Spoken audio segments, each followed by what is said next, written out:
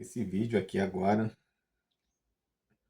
nesse sábado, na minha playlist Meu Devocional Pessoal, onde eu estou registrando alguns estudos e meditações que eu tenho feito, né? Agora, recentemente, eu venho meditando já há algum tempo, mas resolvi registrar aqui no canal. E a palavra que eu vou trazer hoje, aqui para deixar registrado nos meus arquivos, é sobre os Salmos 139.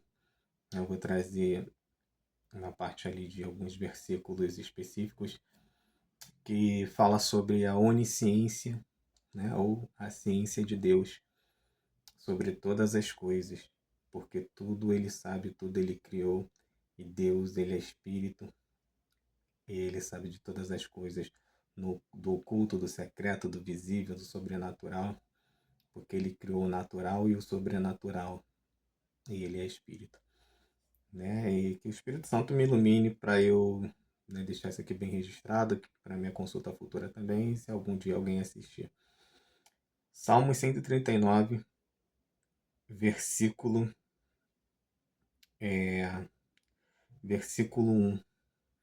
Diz assim: Senhor, tu me sondaste e me conheces. Em algumas versões fala, né? Tu me sondas e me conheces. Versículo 2: Tu conheces o meu assentar e o meu levantar. De longe entendes o meu pensamento. Versículo 3: Cercas o meu andar e o meu deitar, e conhece todos os meus caminhos, todos os meus caminhos. Sem que haja uma palavra na minha língua, eis que o Senhor tudo conheces. Tu me cercastes em volta e puseste sobre mim a tua mão.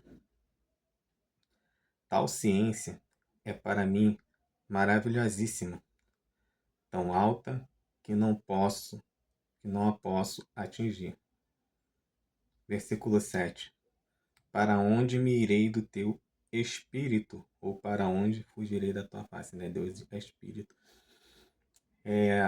Aqui é impressionante, né? A ciência de Deus é impressionante, é majestosa, é gloriosa.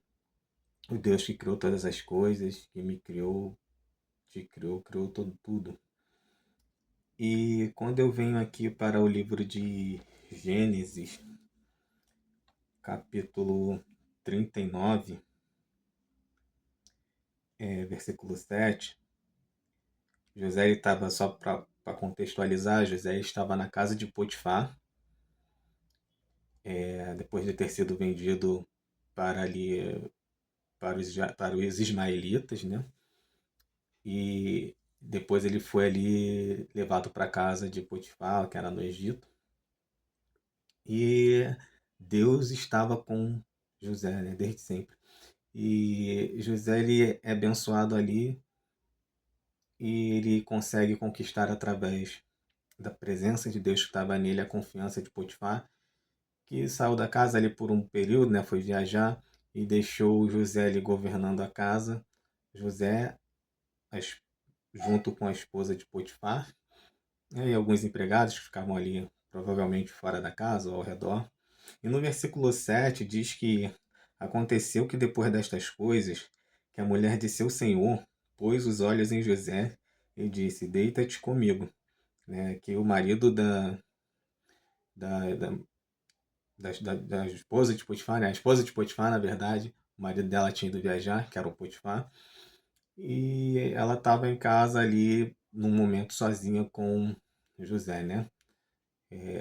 Estava a sós com ele. E no versículo 8 diz: Porém ele recusou e disse à mulher de seu senhor: Eis que o meu senhor não sabe do que há em casa comigo, e entregou em minha mão tudo o que tem.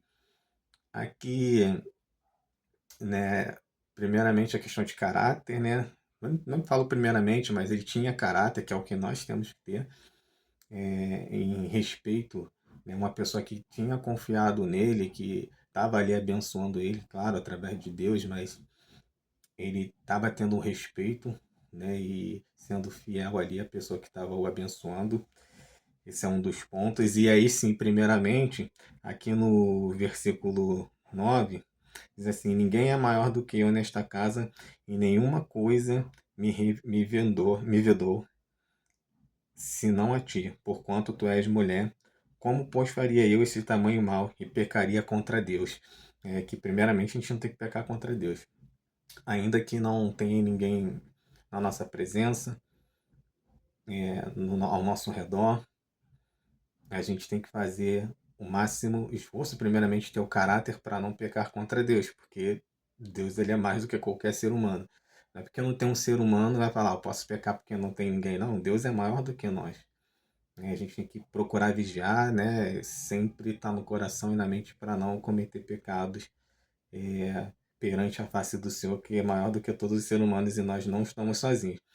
E como eu meditei aqui, né, no Salmo 139, né, que comecei aqui meditando, que era: Senhor, tu me sondaste, né, me conheces, que Deus sabe de tudo, né, ele é onisciente, né, onipresente, onipotente, aqui especificamente falando da onisciência. José ele tinha essa consciência da onisciência de Deus e que Deus é um Deus vivo, tão vivo quanto nós seres humanos e até mais do que nós, né, por ser Deus. Então ele, primeiramente ali ele fala que estava sendo fiel a Potifar e depois ele fala que ele fala assim, olha, faria eu esse tamanho mal e pecaria contra Deus ali no versículo 9, né? Já no finalzinho do versículo 9 desse capítulo 39 do livro de Gênesis. Então aqui um homem de Deus, né, conhecia, sabia que Deus tinha e tem até hoje ciência, né, eternamente. Então ele não peca, independente de ter alguém perto dele ou não, tem Deus que é tão vivo quanto nós, é até mais do que nós, porque é Deus glorioso. Pois bem, então aqui foi uma atitude louvável de José, né? E quando a gente tem atitude louvável, que a gente glorifica o nome do Senhor, honra o nome do Senhor, ele continua sendo ainda mais conosco, né? Porque é isso que Deus espera da gente. Então, se você ou eu cometeu algum pecado, por algum deslize vier a cometer, tomara que não, que a gente, né, reflita bem ali, peça perdão ao Senhor, desça ali e verdadeiramente se arrependa para que a gente honre em primeiro lugar o nome de Deus e todas as demais coisas não serão acrescentadas, não é uma troca, tá? Então aqui uma parte boa da ciência de Deus e daquele que tinha consciência de que Deus era ciente, que Deus estava vendo todas aquelas coisas e que Deus era com ele, a presença de Deus era com ele. Então mantenha a presença de Deus contigo, que Deus sabe todas as coisas e ele vê todas as coisas que você faz, como ali iniciei aqui no livro do Salmo 139, falando que Deus sabe de todas as coisas e que diz assim no versículo 7: para onde me irei do teu espírito? Para onde fugirei da tua face? Tu sabe de todas as coisas, né? Deus sabe de todas as coisas, ele tem uma ciência, uma onisciência, um Deus glorioso. Isso aqui é uma parte boa que a gente tem que saber dessa onisciência e sempre procurar falar, olha, Deus está vendo. Pois bem, vamos aqui para o livro de é, agora de Isaías 37, capítulo 37, versículo 28. E nesse contexto aqui, era o rei Senaqueribe estava afrontando ali o rei Ezequias, né? O rei Senaqueribe era um rei ali inimigo, se eu não me engano, da Assíria. E ele estava afrontando o Senaqueribe. E ali perante o povo, né, falando abertamente, não só Senaqueribe, mas afrontando o Deus de Senaqueribe, que é o nosso Deus Todo-Poderoso que criou todas as coisas. E aqui Isaías, né, ele dá uma resposta, o profeta Isaías, para Ezequias, para o rei Ezequias, ficar tranquilo e tudo mais, porque Deus tinha ouvido as orações, né, e estava dando uma resposta. Aí é que eu estou indo já para o capítulo, versículo 28 do capítulo 37, que é dentro do contexto que eu estou trazendo aqui, que diz assim: mas eu conheço o teu assentar e o teu sair, e o teu entrar e o teu furor contra mim. Aqui o Senhor, né, estava mencionando o rei Senaqueribe, que ele conhecia, né, o assentar, o sair, o entrar e o furor do rei Senaqueribe contra ali, o povo de Israel, né, contra o rei Ezequias. Então, no caso, o rei Ezequias estava ali em Judá, né, Jerusalém, quando falou o povo de Israel, ali é como nação ali que veio de Jacó, né? E no versículo 29 diz: Por causa da tua raiva contra mim, e porque a tua arrogância subiu até os meus ouvidos, eis que porei o meu anzol no teu nariz e o meu freio nos teus lábios, e te farei voltar pelo caminho por onde vieste. Então aqui, dentro do contexto ainda, tem a questão de José, que Deus estava ali vendo aquela situação, e José que menciona que Deus estava vendo que ele não pecaria. Aqui nesse cenário, Deus também estava vendo a maldade e a afronta do inimigo aqui do rei Ezequias, do povo de Israel, e que estava afrontando o próprio Deus. Então também, né, mexeu com o povo de Deus, está mexendo com Deus também, desde que esteja tudo certinho, como estava ali com José, né, e às vezes Deus age pela misericórdia. E Deus sabia de todas essas coisas, ninguém foi lá no ouvido de Deus para comentar. Ele ouviu as orações de Ezequias, porque tem a ciência, né? E pela misericórdia ele atendeu, e por amor a Davi e por amor do próprio nome, Deus também atendeu, né? Mas ele fala aqui com o profeta Isaías ele, que revela que Deus estava vendo aquela afronta. Então Deus vê todas as coisas. Se tem alguém comentando sobre você, cometendo injustiça, você está com a vida correta perante ao Senhor, buscando ali no posicionamento, não desistindo de orar, não desistindo, não desistindo de ficar na tua posição, né? Você ir lá e bater boca, né? Você ir lá discutir, você orar, descer o seu joelho no chão e clamar a Deus. Ele pode sim fazer por você e tomar essa sua batalha, essa tua peleja, porque aqui Deus ele estava vendo. Então o propósito aqui é de onisciência, mas Deus estava vendo também uma afronta do adversário lá, barra, xalabaraça. Deus ele não só é onisciente para as nossas questões como filho deles, como adorador deles, Deus ele sabe de todas as coisas também do inimigo, o que planeja contra a gente, o que fala de nós, as afrontas. Então Deus ele está vendo tudo e ele entra com justiça quando você intercede, quando você ora pedindo, né, para que Deus intervenha na sua situação. E às vezes você nem ora, justamente pelo teu posicionamento, como foi o posicionamento de José lá no livro de Gênesis que eu falei aqui agora. Deus ele começa a te abençoar ali por misericórdia automaticamente. Então Deus sabe de todas as coisas que a gente faz, Deus ele vê tudo. Antes mesmo de a gente se formar no ventre de nossas mães, de nos formarmos, né, no ventre de nossas mães, ele já sabia de todas as coisas. Tanto de pessoas que fazem o bem ou o mal, de quem ia praticar determinadas situações.